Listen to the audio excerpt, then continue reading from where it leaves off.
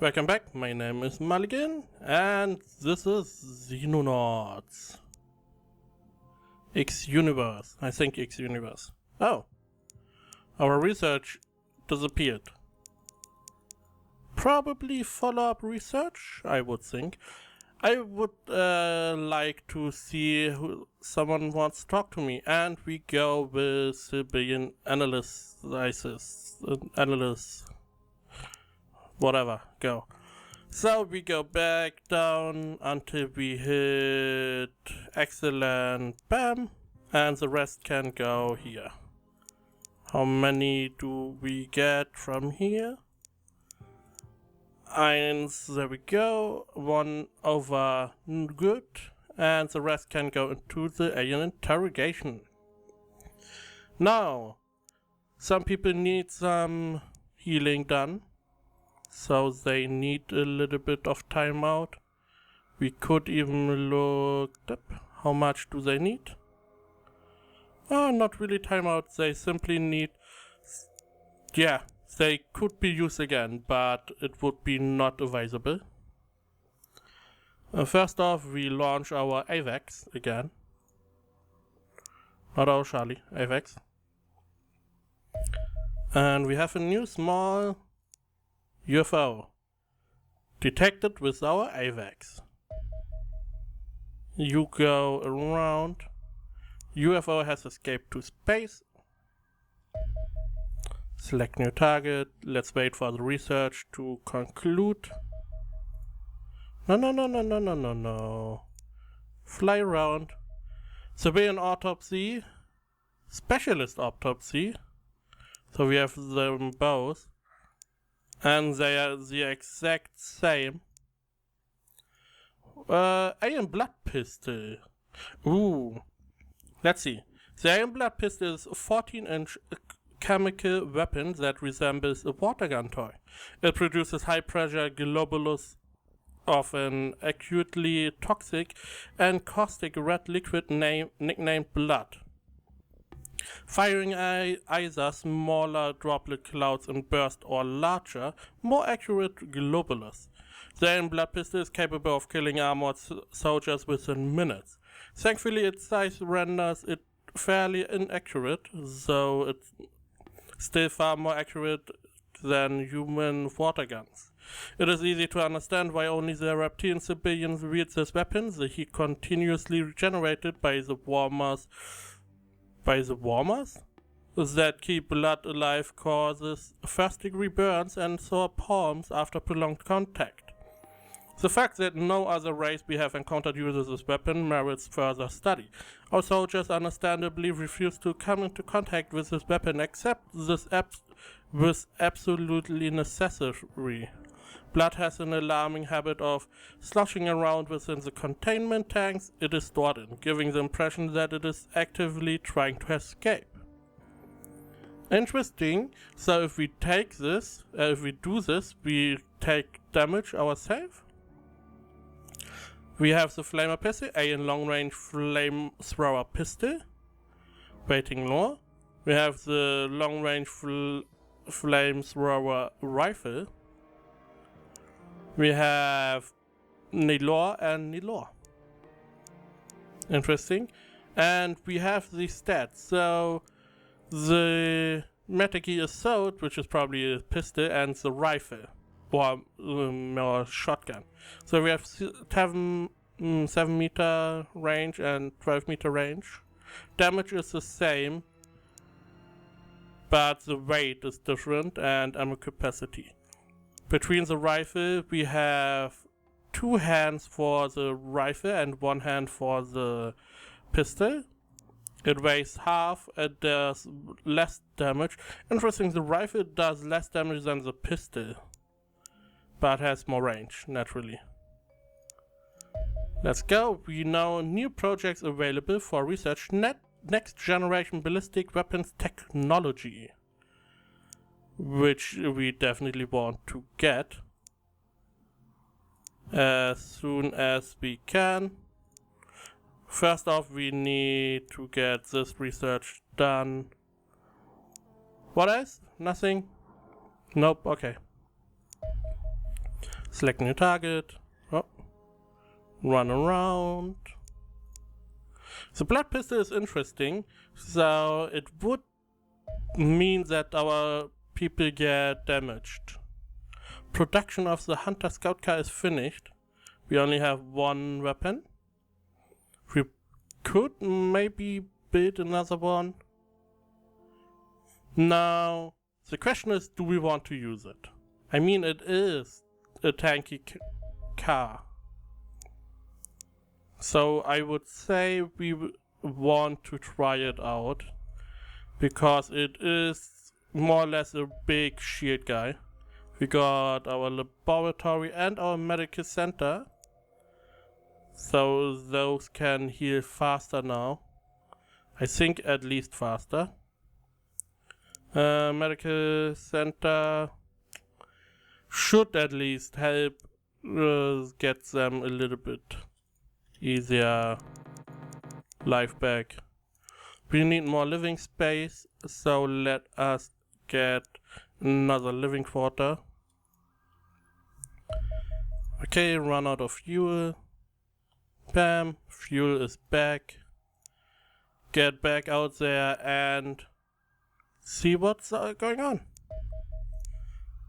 We only have $1 million left. So we have to see. Nope. Select new target now. We get 9k change, 60k change here. All in all, 160k less than we got before. We only fought off 2 alien ships, so no wonder there. And they are not that... Oh, we got our 2 raiders going. An alien fugitive, or fugitive.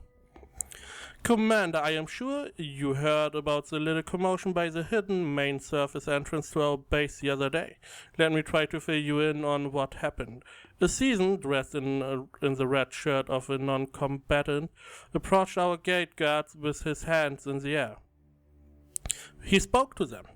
He actually spoke to them. Thankfully, one of the guards on duty was a soldier who has battled the season before, so when the alien came up to the guard and tried to talk to them, the guard thought it very odd behavior, so he subdued the specimen for our further study. By subdue, I mean clubbed him on the head until he stopped moving. I was thankful that the big oaf who secured our specimen didn't damage him too much.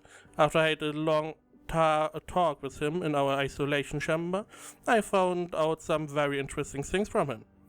For sake of brevity, I will give you a short synopsis of our conversation.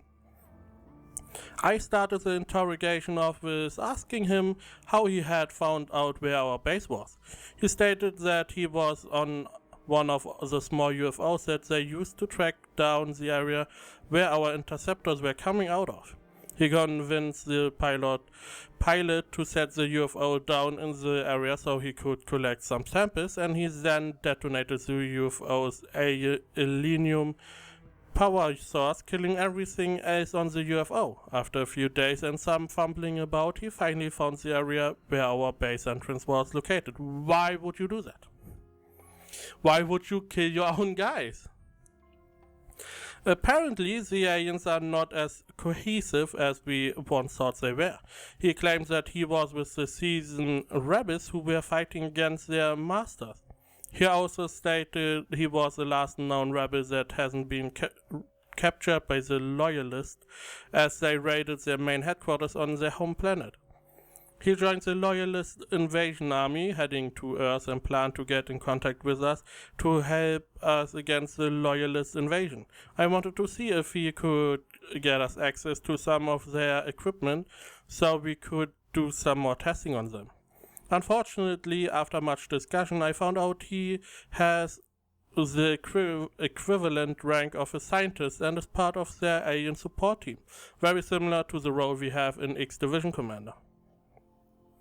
Also, that is not a bad thing. This means that he doesn't have a lot of authority to request any kind of munition or equipment drops. He, however, told me that he is one of their linguists and has a brain implant that can translate his psychic sendings into actual verbal voice of any long language he wants. It is a very complicated implant that runs off of the selenium in his bloodstream, and it can't be removed without killing him. He told me he can speak to any of the species of the alien invaders, including the Reapers. Also, that species lacks the intelligence to do much of anything but be trained for violence, much like our soldiers here at the base. When I showed him a deceased specimen of Xenomorph, he started trembling and told me that this must be the new bioweapon the Loyalists have made, as he has never seen anything like it. I think we can trust him, Commander. Based on their attack patterns, I highly doubt the aliens need to stoop to such nefarious ways of wiping us out. He could give us a significant edge against the aliens on his ability, and his ability will help us immensely. Plus, we don't have a lot of options open to us, and I think we should take any and all advantages we can get. So we get an alien researcher. Nice. Oh, that reading had made me thirsty. Needed something to drink. Sadly, no new research project, but we will get this next generation ballistic weapon tech, because the mod, or the main thread of the mod, says get better weapons and armor as soon as possible. So we are going to get that. Naturally, we don't need more than excellent. There we go. And alien alloys is the last research. Now let's wait. Okay, so there's some conflict in the alien, or on the alien home planet, which is interesting because it brings them near us in terms of social interaction. I mean, we have problems in our world too, in the same vein, and it is interesting to see that they are not simply, oh god damn it, they are not simply all out to attack us. Okay, do we get him? Lone Fury, they have to get back, damn it. We got new researcher. We are going to dump them all on next generation weapons. Okay, wait. Come on. Refuel. Civilian analysis, I'm impressed. Blah blah blah. They also possess. Okay, this is the same stuff we got before. Let's go and give him our research. Now, can we intercept him? Yes. Go. Attack. There we go. We got him shot down. Now, because everyone is more or less full health. Yeah, they're nearly full health. Good. I don't need... Oh, we finally got our better med packs. Good. Now, we have our shield guy. I would like to keep him. We do not have any new weapons of sorts. So he is going to get another little ammunition. Sniper definitely needs to be kept. Sniper are vitally important. We have our sword, which is pretty okay. Can he get a shield now? Problem is that the sword has not much to carry.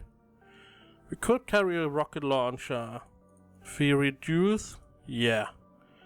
There we go. We have a rocket launcher with one shot, but we have one. If we come across a Reaper of some sort, we now have the way to deal with him. You can carry a little bit more ammunition. You are on the edge. You are on the edge. All of them are more or less on the edge. Okay, now I think we need to leave 3 people behind. So I would say we need to leave 3 riflemen. So who is not that good? Those 2, I would say. Unassigned. And unassigned. And one of those 2, probably you, unassigned. And now we can finally assign our new little toy. We still have one spot left, so who wants to go with us? You want to. There we go. Now, first off, or last but not least, we need to get the right area for everyone. So shield guy is here. Sniper is right at the back. So we have a shotgunner and the heavy machine gun and ballistic rifles on either side. This is wrong. All kinds of wrong. Go away. Can we move? We definitely want our Hunter Scout car at the front. Okay, the only thing that we can do is get some people unassigned. 3 people. We only needed 2, but good enough. Then we go and move them. We move 1 space forward. We move everyone back and so on. There we go. We now can go back and reassign to Charlie 1, Charlie 1, and Charlie 1. Now we can have a nice thing going now. Shield at the front, sniper in the middle, machine gun and ballistic shotgun, rifle at the side, at each side, and we are done. We have everything which we need. The Hunter Scout car can go on the front, can go and explore. We have everything we need. We could build another one, don't need to. But okay, so because we are 17 minutes into the video, I would say we stop here with this episode. But next episode we go into the fight and hopefully we can win and don't lose any of my guys. So stay tuned, don't forget to subscribe, share, like and comment, and as always, thank you for watching, and I will see you next time.